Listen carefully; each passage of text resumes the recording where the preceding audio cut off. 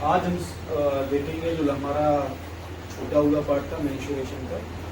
इसमें हम स्टडी करेंगे एक स्फीयर की, हेमी स्फीयर की। स्फीयर, सबसे पहले हम स्फीयर जान लेते हैं।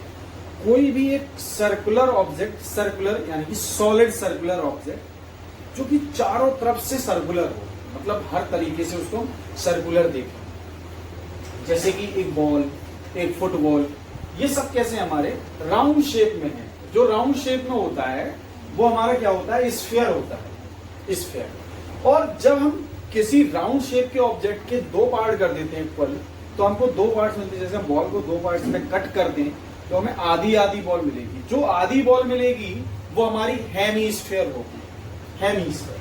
तो हमें यहाँ स्फीयर और हेमी स्फीयर के बारे में स्टडी करनी है कि आखिर स्फीयर क्या होगा, स्फीयर का टोटल सरफेस एरिया या कर्व सरफेस एरिया क्या होगा, हेमी स्फीयर का टोटल सरफेस एरिया और कर्व सरफेस एरिया क्या होगा। हमें यह जानना होगा इसका वॉल्यूम कितना होगा और इसका वॉल्यूम कितना होगा। इसके लिए देख लेते हैं। सबसे पहले हमें देखना होगा कि आखिर स्फीयर का टोटल सरफेस एरिया कितना होगा। तो total surface area of sphere is equal to 4 pi are square. मतलब अगर हम 4 सर्किल के एरियाज को हम ऐड कर दें तो हमको total surface area of sphere मिलेगा। अब बात आती है कि इसका जो टोटल सरफेस एरिया है, इसके बाद इसमें हम कर्व सरफेस एरिया क्या देखते हैं। तो क्या आप स्फीयर में कोई प्लेन सरफेस एरिया देखते हैं क्या? स्फीयर में हमें कहीं भी प्लेन सरफेस एरिया नहीं मिलता। पूरा का पूरा स्फीयर एक कर्व्ड ऑब्जेक्ट होता है, तो इसका जो कर्व सरफेस एरिया होगा वो भी यही होगा। तो हम कह सकते हैं CSA of sphere is equal to 4 pi are square. अब इसके बाद हमें चलना है इसके वॉल्यूम पे, ठीक है। तो हमें क्या करना होगा, ये देखना होगा कि इसका आखिर वॉल्यूम क्या है। तो वॉल्यूम जो होगा स्फीयर का, volume of sphere is equal to 4/3 pi r cube, 4/3 pi r cube. ये तो हमारी स्फीयर की बात होगी।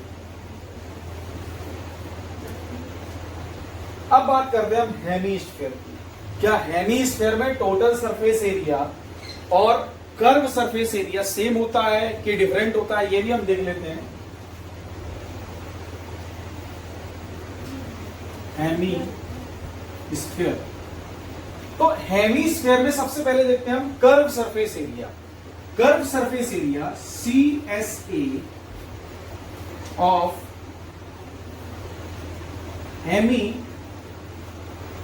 स्फीयर इज इक्वल टू, भाई बात हो रही है एक स्फीयर को हमने आधा काट दिया है, तो उसका जो ये कर्व पार्ट होगा, ये जस्ट मिड से जब कट होगा तो आधा ही तो हमें कर्व सरफेस एरिया मिलेगा।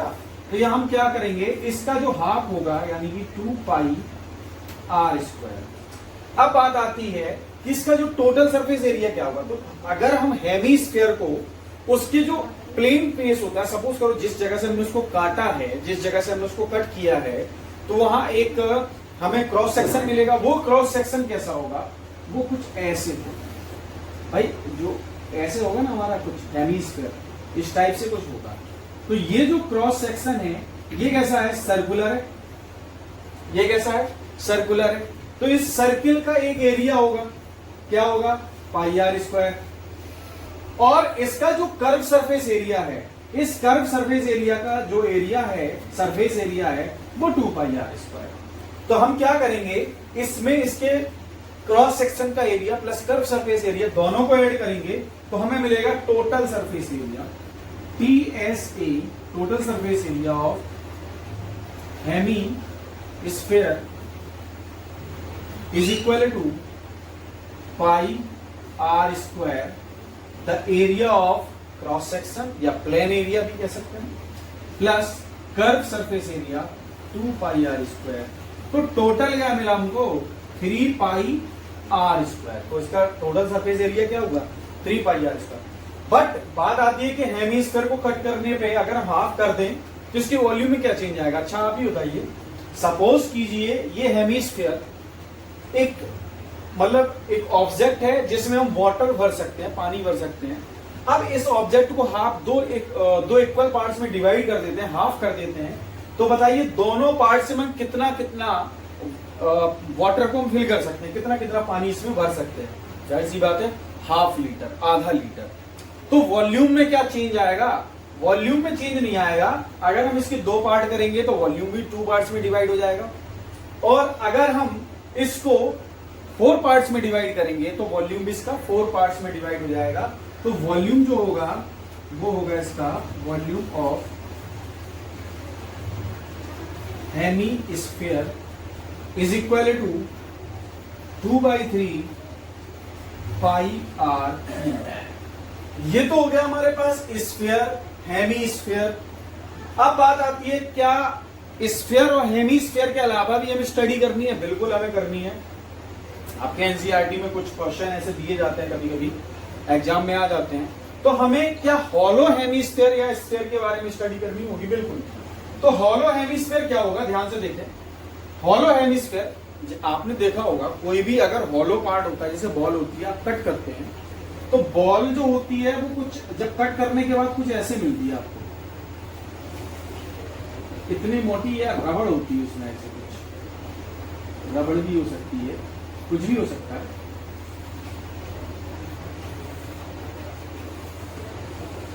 कुछ इस टाइप से हमें बॉल मिलती है हॉलो हेमिस्फीयर।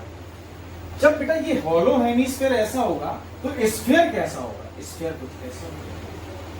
हेमिस्फीयर को अगर हम 2 हेमिस्फीयर को सेम रेडियस के 2 हेमिस्फीयर को एक साथ रखें तो हमें स्फीयर, मतलब अगर हम हॉलो स्फीयर को देखेंगे तो हमें कुछ इस टाइप से मिलेगा कि ये जो रेडियस होगी ये कैपिटल आर की तरह बिहेव करेगी, और एक जो रेडियस होगी जो यहां तक जाएगी, ये जैसे हम सपोज करो इसको ले लेते हैं ऐसे,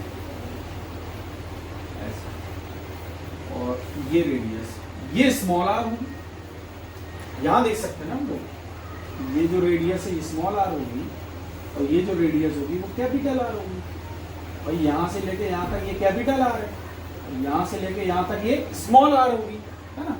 तो बात आती है कि ये किसी ना किसी मटेरियल की तो बनी होगी ना, या तो ये वुड की होगी, है ना, या प्लास्टिक भी हो सकता है, या रबर हो सकता है, या आयरन हो सकता है, कोई भी मटेरियल हो सकता है, कोई मेटल हो सकती है, कुछ भी हो सकता है। किसी ना किसी मटेरियल की ये बनी होगी, हो सकता है ये पेपर की बनी हो, लेकिन मटेरियल यूज हुआ होगा। तो उस मटेरियल का वॉल्यूम क्या होगा, और इस हेमिस्फीयर का या इस स्फीयर का जो सरफेस एरिया है या टोटल सरफेस एरिया है वो क्या होगा एक्चुअली में, इसकी स्टडी करेंगे। तो ये कैपिटल है। तो जब हम किसी भी स्फीयर को कट करेंगे तो उसका एक क्रॉस सेक्शन भी होगा। एक क्रॉस सेक्शन कैसा होगा देख लेते हैं।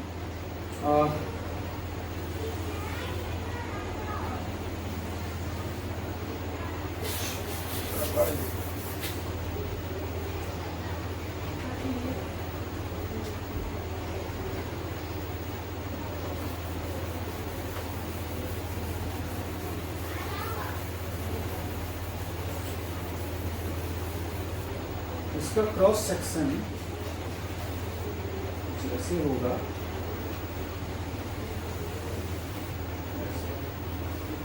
स्मॉल आर, कुछ ऐसे हो। ये जो मैं स्लाइड कर रहा हूं ये मेटल को या मटेरियल को रिप्रेजेंट कर रहा है। मैंने आपको सिलेंडर में भी कुछ ऐसा ही बताया था, हॉलो सिलेंडर में। तो आप देखेंगे कि ये पूरा का पूरा हमारे पास हॉलो सिलेंडर या hollow hemisphere, sorry hollow hemisphere और हॉलो स्फीयर के बारे में स्टडी कर रहे हैं। तो देख लेते हैं कि आखिर हमें पढ़ना क्या है।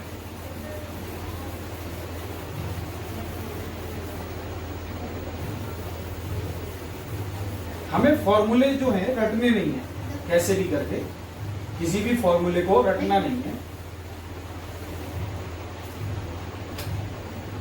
स्टडी करनी है hollow square, hollow hemi square. तो क्या आप ये बताइए, कोई हॉलो हेमीस्फेयर में आप इनर पार्ट में कोई वर्क कर सकते हैं जब तक यहाँ कोई एक गेटवे ना हो आप अंदर के लिए काम करने के लिए। जैसे आपने सर्कस में देखा होगा, कुछ स्क्वायर होता है, उसके अंदर बहुत सारी बाइक्स चलाते हैं, 2 या 3 बाइकर जो होते हैं वो बाइक चलाते हैं, वो हॉलो स्क्वायर हो गया। तो उसमें तो एक गेट होता है, लेकिन इसमें क्या गेट होता है? नहीं होता। तो इसमें चाहे तो अगर हम टोटल सरफेस एरिया की बात करें तो हमारा इनर जो आउटर कर्व सरफेस एरिया होगा वही ले लिया जाएगा। और अगर हम हॉलो की बात करते हैं एक साथ अंदर और बाहर की, तो हम दोनों को ऐड कर लेते हैं। जनरली हमें सिर्फ बाहर का ही लेना है, क्योंकि हम इनर पार्ट में इसके वर्क नहीं कर सकते। ठीक है, तो इनर पार्ट में अगर हम वर्क नहीं कर सकते तो क्या होगा? Total surface area of hollow sphere is equal to 4 pi. अब बात आ रही है इसमें रेडियस कौन सी लेगा? हम वर्क कहां कर रहे होते हैं? बाहर। तो इनर की जगह हम आउटर रेडियस लेंगे, तो 4 पाई आर स्क्वायर। अब बात आती है कर्व सरफेस एरिया भी यही होगा हमारा, तो इसको क्यों लेंगे हमें मालूम है। वॉल्यूम की बात आती है, तो अब वॉल्यूम की बात आती है। जब हम वॉल्यूम ऑफ मटेरियल की बात करते हैं, the volume of material used in hollow sphere, तो volume of material used in hollow sphere is क्या होगा? भाई हमें करना क्या होगा? सबसे पहले हम इस पूरे स्फीयर के वॉल्यूम से ये जो हॉलो पार्ट है यहाँ एयर होगी, तो हम इस एयर के वॉल्यूम को सब्ट्रैक्ट कर देंगे। 4/3 pi R Q minus 4/3 pi R Q. तो जनरली हमें फॉर्मूला क्या मिलने वाला है? 4/3 pi R Q minus R Q. ये फॉर्मूला हो गया हमारा हॉलो हेमीस्फीयर का। बात आती है हेमीस्फीयर की, हॉलो हेमीस्फीयर की। तो इसमें जो टोटल सरफेस एरिया होगा उसके बारे में बात कर लेते हैं। तो इसका जो टोटल सरफेस एरिया होगा, एक तो इसके आउटर कर्व सरफेस एरिया, एक इसका inner curve surface area. Suppose कीजिए एक हम ऑब्जेक्ट ले लेते हैं ऐसे, और जो हॉलो है तो उसके अंदर भी तो एक पार्ट होगा जहां हम वर्क कर सकते हैं, वो भी तो ऐसी स्फीयर टाइप का होगा, हेमी स्फीयर टाइप का। ऐसी बाहर से भी होगा। साथ में क्या है, ये वाला पार्ट भी इसका जो है ये भी हमारा आएगा। लेकिन ये कब आएगा? ये हमारा आएगा प्लेन सरफेस एरिया में आ जाता है, तो ये टोटल में ऐड करेंगे। कर्व की बात आएगी तो हम सिर्फ कर्व लेंगे, इनर और आउटर कर्व। तो हम CSA of hollow hemisphere equal क्या होगा भाई? 2 pi are square plus 2 pi are square. हमें कोई फॉर्मूला रखना नहीं है, सिर्फ क्या करना है, समझना है। तो अपने आप ये हमें लर्न हो जाएगा। तो इससे हम क्या करेंगे? 2 पाई कॉमन ले लेंगे, 2 pi are square plus are square. ये तो हो गया इसका कर्व सरफेस एरिया। अब बात आती है टोटल सरफेस एरिया की। तो total surface area of hollow hemisphere equal to क्या होगा भाई? इसके कर्व सरफेस एरिया में हम इस क्रॉस सेक्शन का जो एरिया होगा वो भी क्या करेंगे? ऐड करेंगे। इस क्रॉस सेक्शन का एरिया क्या होगा? ये होगा pi are square minus pi are square. ये हो जाएगा तुम्हारा pi are square minus R square. तो हमें इसका जो क्रॉस सेक्शन का एरिया होगा वो pi are square minus R square मिलेगा। और ये जो तुम्हारा कर्व सरफेस एरिया है वो 2 pi are square plus are square. तो इन दोनों को क्या करेंगे? हम लोग ऐड कर लेंगे। तो ऐड करने पे हमको क्या मिलने जा रहा है? 2 pi are square plus are square, और साथ में हमें यहां मिलेगा pi are square minus R square. तो ये हो गया हमारे पास टोटल सरफेस एरिया। अब इसमें बात आती है कुछ कॉमन लेने की, तो हम क्या कॉमन ले सकते हैं? पाई कॉमन ले सकते हैं। ठीक है, जब पाई हम कॉमन लेंगे तो हमें क्या मिलने जा रहा है, पाई कॉमन लेने से हमें क्या मिलेगा, यहाँ मिलेगा 2r² plus 2r² plus r² minus r², यही तो होगा, है ना।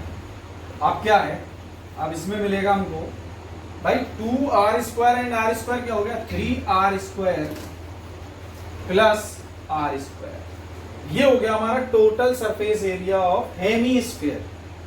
अब बात आती है वॉल्यूम की, तो वॉल्यूम हम इसमें निकालेंगे किस चीज का, सबसे बड़ी बात तो ये है, हम वॉल्यूम इस हेमीस्फीयर में उस मटेरियल का निकालेंगे जिस मटेरियल का ये बना हुआ है। तो कौन सा मटेरियल होगा भाई, कोई भी मटेरियल हो सकता है, तो हम उस मटेरियल के नाम नहीं लिखेंगे, सिर्फ material, the volume of material used in hemisphere is equal to क्या होगा, 2/3 पाई, वही 2/3 क्या, 2/3 pi capital r Q minus 2/3 pi small r cube. Common लेने पे क्या मिलेगा, कॉमन लेने पे क्या मिलेगा, 2/3 पाई मिल जाएगा, तो ये हो जाएगा RQ माइनस RQ। ये हो गया तुम्हारा स्फीयर और हेमीस्फीयर, हॉलो और सॉलिड, हमने दोनों के बारे में बात कर ली है। नेक्स्ट हमारा टॉपिक जो होगा वो होगा कोन। तो कोन से हमें दो पार्ट मिलते हैं, दो ऑब्जेक्ट मिल जाते हैं। अगर हम कोन को कहीं से भी कट कर दें, राइट सर्कुलर कोन को कहीं से भी कट कर दें, तो हमें क्या होगा, कोन का एक पार्ट, ऊपर वाला पार्ट तो कोन के शेप में मिलेगा, लेकिन नीचे वाला जो शेप होगा वो फ्रस्टम होगा। क्या होगा, फ्रस्टम। वो फ्रस्टम जनरली आपने देखा होगा घरों में, जो बाल्टी होती है ऊपर का रेडियस अलग होता है, नीचे का रेडियस अलग होता है। जो ग्लास आपने देखे होंगे, जो इस टाइप के जो ग्लास होते हैं वो भी हमारे फ्रस्टम में ही आते हैं। इनका जो बेस की जो डायमीटर होती है वो कम होती है और टॉप की जो डायमीटर होती है वो ज़्यादा होती है। तो इसके बारे में स्टडी करेंगे। कोन जनरली हमने देखा है, जो बर्थडे में कैप यूज होती है, बर्थडे कैप, वो भी एक कोन शेप में ही होती है। जनरली हमने आइसक्रीम भी खाई है, वो कोन, जनरली हम कहते हैं ना एक कोन वाली आइसक्रीम चाहिए, वो भी इसी शेप में होती है। तो इसका एक अपना सरफेस एरिया और इसका एक अपना वॉल्यूम होता होगा, कुछ ना कुछ तो इसका वॉल्यूम होता होगा। तो ये सॉलिड शेप है, तो क्या होगा इसका सरफेस एरिया और क्या होगा इसका वॉल्यूम, इसके बारे में स्टडी कर लेते हैं। सबसे पहले इसके हम पार्ट देख लेते हैं, इसकी डायमेंशंस देख लेते हैं कौन कौन सी होती है। इसका जो बेस होता है, जो कोन होती है, वो आपने देखी होगी आइसक्रीम वाली कोन, अगर उसके फेस से देखो तो वो सर्कुलर होती है, सर्कुलर, एकदम एक सर्किल होता है सामने से, और वो सर्किल जो होता है वो धीरे धीरे एक छोटे छोटे सर्किल में डिवाइड होता जाता है और एक बहुत छोटे सर्किल में जाके एक पॉइंट में जाके खत्म हो जाता है। तो ये क्या होता है, कोन हो गई। ये यहाँ भी एक सर्किल होता है, ऐसे ऐसे ये सर्किल होती है, ऐसे छोटे छोटे सर्किल। तो इसकी जो रेडियस होती है वो कंटिन्यू क्या होती है, वो घटती जाती है, कम होती जाती है। तो इसके बारे में स्टडी करना है हमें। इसका जो जहां से इसका क्रॉस सेक्शन होगा उसी की रेडियस हमें लेनी है, और इसका जो टॉप होगा, जो टॉप होगा, इस टॉप से इसके सेंटर तक की जो डिस्टेंस है वो इसकी वर्टिकल हाइट होगी, वर्टिकल। ये हो गया हमारा रेडियस ऑफ बेस, ये होगी वर्टिकल हाइट ऑफ कोन। ये जो है ये स्लैंट हाइट है भाई, जैसे हमने कोन ले लिया तो यहाँ पे एक ये वाली जो हाइट है ये तिरछी हाइट बोली जाती है, इसको स्लैंट हाइट बोलते हैं, एल, ये स्लैंट हाइट है। तो इसको अगर हम फाइंड करना चाहें तो हम पाइथागोरस का यूज कर सकते हैं। भाई ये आर है हमारे पास, ये एच है, तो एल क्या होगा, एल होगा हमारे पास, पाइथागोरस का यूज करेंगे तो r² प्लस h², और ये अगर हम रूट हटाएं तो ये l², अगर मैं यहाँ से रूट स्क्वायर हटाता हूँ तो ये रूट आ जाएगा, तो l क्या होगा, r² प्लस h²। तो सबसे पहले हमने इसके टर्म्स को जान लिया है, अब इसके हम फॉर्मूले पे देखते हैं। कोन h, h क्या है, vertical height, vertical height of cone. इसके बाद आर क्या है? Radius of base. और एल क्या है? एल जो होगा वो slant height, slant height L जो होगा वो हम पाइथागोरस के थ्रू निकालेंगे, तो वो होगा r square plus h square. इसके बाद आते हैं हम इसके कर्व सरफेस एरिया में। तो कोन में जो बाहर का सरफेस एरिया होता है उसको कर्व सरफेस एरिया बोलते हैं। तो C S A of cone जो होगा वो होगा आपका पाई आर एल। क्या होगा? Pi are L. इसके बाद जो total surface area of cone होगा वो होगा pi R L plus area of base. Base कैसा हमारा सर्कुलर, पाई आर स्क्वायर। तो ये जो इसका टोटल सरफेस एरिया जो होगा वो pi R L plus r होगा हमारे पास, pi R L plus r होगा। इसके बाद आते हैं इसके वॉल्यूम पे। Volume of cone is equal to 1/3 pi are square h होगा। ठीक है, पाई आर स्क्वायर एच होगा, 1/3 पाई आर स्क्वायर एच होगा। ये तो बात हो गई हमारे सिर्फ कोन की। अब बात आती है फ्रस्टम की। तो क्या हमें कोन सिर्फ राइट सर्कुलर कोन ही मिलती है? ये भी एक क्वेश्चन बनता है। क्या कोन सिर्फ राइट सर्कुलर कोन होती है? नहीं, राइट सर्कुलर कोन के बारे में हम स्टडी कर रहे हैं। जनरली कोन हमारे पास ऑब्लिक कोन भी होती है। ये एक ऑब्लिक कोन है। ऑब्लिक कोन जिसमें एक तिरछी जो तिरछी कोन कह सकते हैं, ऑब्लिक, थोड़ी सी झुकी हुई, जिसके अगर हम टॉप से हाइट देखें तो हर पॉइंट से इसकी सेम हाइट नहीं मिलेगी, और इसको हम एक्सटर्नल हाइट भी कह सकते हैं। ठीक है, ये बाहर से हम इसकी हाइट को मेजर कर सकते हैं, अंदर से इसकी हाइट को मेजर नहीं किया जा सकता। साथ में इसकी जो स्लैंट हाइट होंगी वो दोनों की दोनों अलग होंगी, डिफरेंट होंगी। दोनों की दोनों स्लैंट हाइट कैसी होंगी? डिफरेंट होंगी। तो ये हमारी एक ऑब्लिक कोन हो गई। कैसी हो गई? ये एक ऑब्लिक कोन है, तिरछी। तो इसके बारे में हमें स्टडी नहीं करनी। कोन को अगर हम किसी भी राइट सर्कुलर कोन, इसको हम राइट सर्कुलर कोन बोलते हैं, उसको हम ऑब्लिक कोन बोलते हैं। किसी भी राइट सर्कुलर कोन को अगर हम किसी भी पार्ट से कट करते हैं तो एक जो टॉप वाला पार्ट होता है वो तो हमें कोन के शेप में मिलता है, लेकिन जो बचा हुआ पार्ट होता है, रिमेनिंग पार्ट होता है, उसको हम फ्रस्टम बोलते हैं। फ्रस्टम, ठीक है, frustum of right circular cone भी बोल सकते हैं हम इसमें। तो हम इसके बारे में स्टडी करेंगे। इस फ्रस्टम में देखेंगे आप, जब कोन को किसी पॉइंट से कट करेंगे, किसी इसके बेस के पैरेलल कट करेंगे, तो वहां एक रेडियस होगी। मैंने कहा था कि इसकी जो रेडियस होती है हर पॉइंट पे क्या होती है? डिक्रीज होती जाती है। तो यहाँ इसकी जो रेडियस होगी वो इसके बेस से रेडियस से थोड़ी सी कम होगी, या बहुत ज्यादा कम भी हो सकती है, कम होगी, इसलिए इसको हम स्मॉल आर। और जो बेस की रेडियस होगी वो सबसे ज्यादा होती है, वो ग्रेटेस्ट या लार्जेस्ट कह सकते हैं हम, डायमीटर कह सकते हैं। तो सबसे ज्यादा रेडियस इसके बेस की होगी, बाकी पॉइंट्स में इसकी रेडियस क्या होगी? कम होगी। तो इसकी रेडियस क्या हो रही है बेटा? कम होती जा रही है। और इसके दोनों फेस के या दोनों बेस के, अपर एंड लोअर फेस के जो देखेंगे सर्किल के सेंटर होंगे, उन सेंटर्स के बीच की जो हाइट है उसको स्मॉल एस से दिखाएंगे। लेकिन जो स्लैंट हाइट है वो हमारी एल है। ये जो एल होगी वो क्या होगी, इसके बारे में स्टडी कर लेते हैं हम लोग। तो सबसे पहले तो उसको देखते हैं।